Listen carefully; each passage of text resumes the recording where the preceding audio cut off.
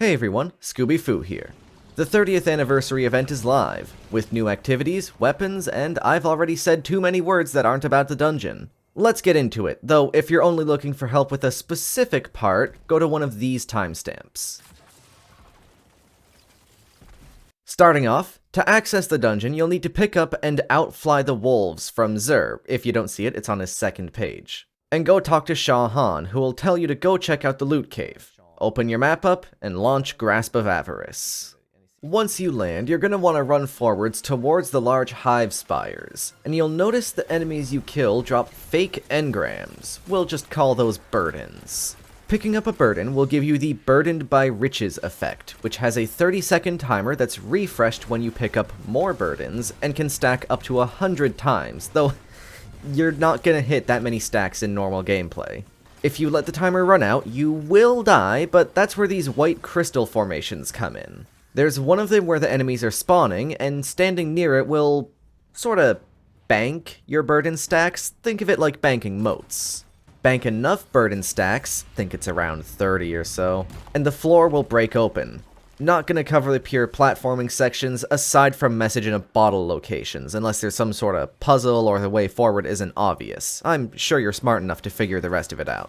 The first message in a bottle is impossible to miss, so the second one is right across this crystal bridge on the left. The third message in a bottle is in this small room you Okay. The third message in a bottle is in the first room you I swear to God. The third message in a bottle is in the first room you open up, through this hole in the ceiling. The first part that might not be obvious is right at the first falling platforms. You need to go into a hole in the wall under them to open the covers on the tubes above you back in the main room. Go in the third one on the right unless you enjoy dying. The fourth message in a bottle is in the room just past those tubes. Just go up the platforming, turn around, and jump to the scaffolding to get to the hole in the wall with it. Once you get to the other end of this open room, there's a hole in the ceiling. Yes, I have had someone not notice it. To the right of the console in this room is another hole in the wall with your fifth message in a bottle. On your right, when you enter the large circular room, there's a panel you can use to start opening doors. Once you've killed the Scorch Vandal, you'll need the Scorch cannon it drops for the other mechanic of this dungeon. These orb dunk boxes? Let's just call them targets for simplicity. To activate these, you'll need to shoot the Scorch cannon at the front of it, hitting somewhere within the 5 wing-looking things, and making sure you fully charge the shot from the Scorch cannon by holding the fire button until you hear this clicking noise twice.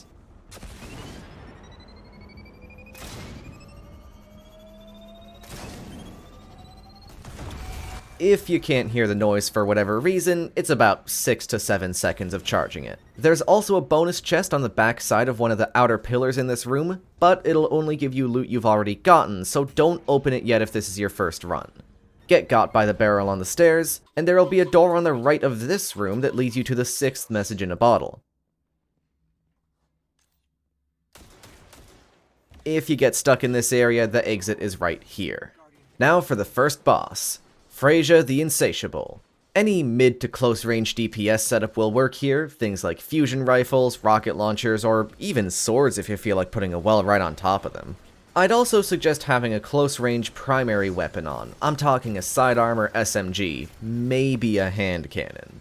The arena layout consists of a main area that's a near 1-to-1 copy of the Sepic's Prime arena, just missing the safety side room in exchange for a crystal formation at the front and 2 initially closed off side rooms. Jumping the gap to start the fight, kill all the adds, including the Scorch Vandal. Have one person pick up the Scorch Cannon and go bank your burden stacks if you have any. Whoever has the Scorch Cannon will shoot the active target on the right side of the arena, the same way they did to open that door earlier. Once the door is open, Hive will pour out of their spawn doors. Kill all of them and pick up the burdens they dropped. Make sure to grab the Scorch Cannon as well if you dropped it. Now you have 2 options depending on how fast you want to do this fight. The slow option is to bank your burden stacks at the crystal formation immediately, then head off to the left side of the arena to repeat what you just did there with the door and enemies behind it. The faster option is to skip the first dunk and instead shoot the Scorch Cannon across the arena to open the other door as soon as possible, having everyone run over to the left side while the Scorch Cannon shot charges to open the door. Whatever way you do it, Thrall will spawn while you're killing Hive, so you'll want to deal with those as you either bank or head to the other side. After you're done with killing the left side and collecting the burdens, you'll head off to bank your stacks, which, assuming you didn't miss a single enemy or burden, will start your damage phase. You'll have 30 seconds to deal damage and can do it from anywhere in the arena. As far as I can tell, any spot that's near cover will do just fine.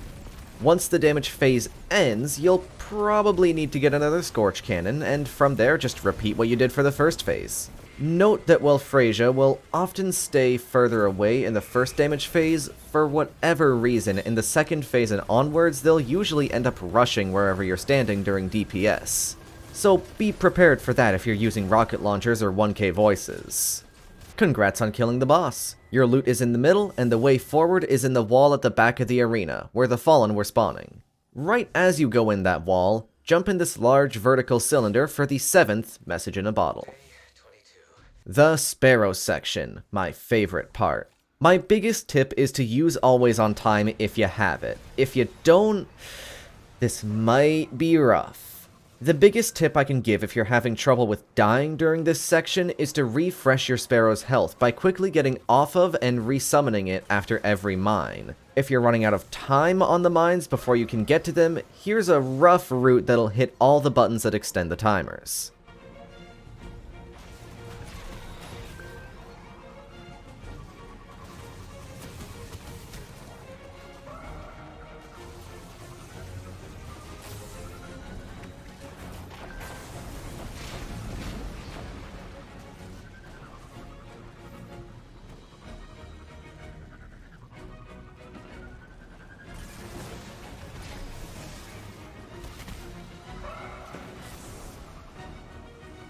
Down.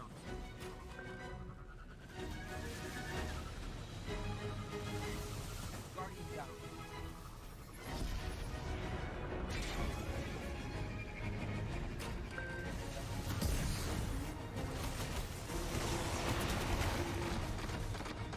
The final bonus chest and 8th message in a bottle are both here. The bonus chest is up in the left eye socket of the skull,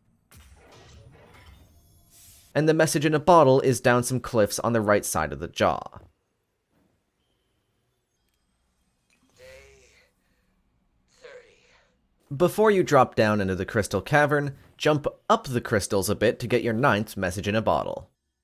Day 38. Now for the boss, but not really a boss, you're just killing ads, but it's cool anyways. Fallen Shield.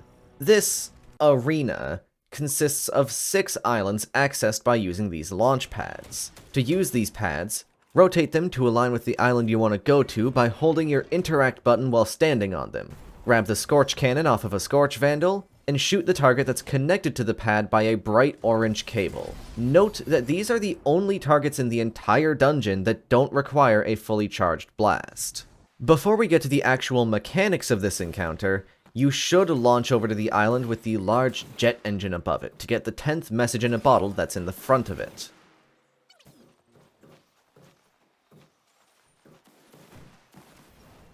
Day 40.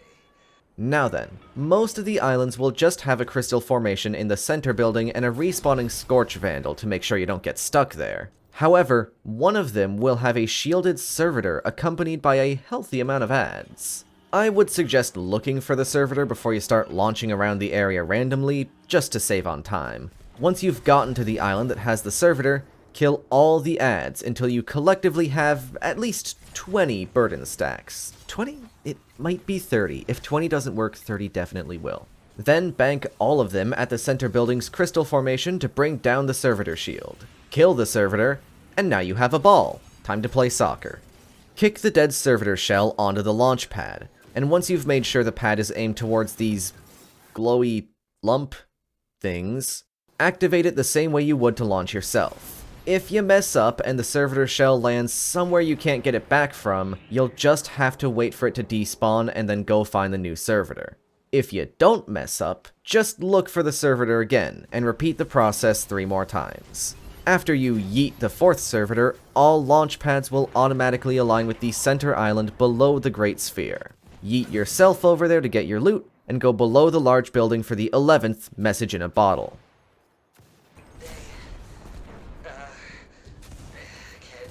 Finally, it's time to face Captain Avarokk the Covetous. Once again, mid to close range DPS loadouts and close to mid-range primaries will work just fine. Though swords get another special mention here since they're good. And Avarokk will rarely ever use his stomp attack. Avarokk was not foolish enough to come here on his own though. He also has a yellow bar marauder and tracer shank along with him, and of course red bar dregs will be spawning every now and then to annoy you. Killing the yellow bars is not required, but I would suggest it unless you're trying to go really fast, as the Marauder drops 10 burdens and the Tracer Shank is really annoying and actually kinda hurts even on the normal mode. Anyways, this arena can be split into 4 sections, though we'll only really be worrying about 3 of them. Left, right, front, and boss. Left and right are self-explanatory, middle is actually this dirt patch in between them, and boss is, well, where the boss is. Though there's also a crystal formation that'll need 60 burden stacks banked there. I would suggest fully splitting up and having 1 person on each side. Avarokk himself is pretty docile overall. He'll just be pelting you with his shrapnel launcher and throwing a slow mine that can be pretty easily shot before it goes off. For mechanics, there's a target facing towards the left, front, and right on the sides of the boss's platform, any of which can be shot with a Scorch cannon. When you do that, the target will close up until a different target is shot, and 30 burdens will drop across the arena, 10 on each side you have people on. Try to pick all of them up, and once again, we have a choice. Do things the slow way, or the fast way. The slow way would, again, be going to bank our burden stacks now, then going back to your individual side and clearing it out before having someone spawn more burdens. The fast way is, once again, not immediately banking our burden stacks, and instead heading over to someone else's side to start charging another shot on their target, and then heading back to your side to grab the burdens as they drop, only having everyone bank their burdens once you have a total of 60 or more. If you do the fast way, you'll probably have to deal with dregs while collecting burdens, but however you get those 60 total burdens banked, that's such a tongue twister, that'll start your damage phase. Avarokk will teleport onto the raised end at the back of his area, and you'll have 30 seconds to deal as much damage as possible before he resummons the yellow bars if you killed them, and you go back to clearing dregs and summoning burdens. Do that until he's dead, and you have a dungeon completion on your hands. Congratulations. You can also go behind the chest and interact with the 12th and final message in a bottle, right by Wilhelm VII's left leg. If you can't find the triumph in your list, you can claim it from the Vidmaster Seal's screen. Say, were you watching this video because you needed to do the dungeon for Gjallarhorn? If that's the case, you should hit that there subscribe button so you can see my review of it, along with a guide on how to complete the quest and get the catalyst. That'll hopefully be released within a couple days of this video coming out. Once it is, I'll be sure to link the video as a card in the top right, in the description, and in the pinned comment. That's it for now though. If you enjoyed, you can show it by clicking or tapping the like button. And if you don't trust YouTube to tell you when I'm uploading or streaming on this channel, you can join over on Discord to get notifications for that, along with the ability to talk to me and other members of the community directly. Invite link is on the screen and in the description or pinned comment. If you don't care for all that fluff and prefer notifications through Twitter, I have a page you can follow over there as well, at ScoobyFoo, 3 O's on the end. Of course, you simply watching all the way through is more than enough for me, so thank you. I hope to see you in the next video.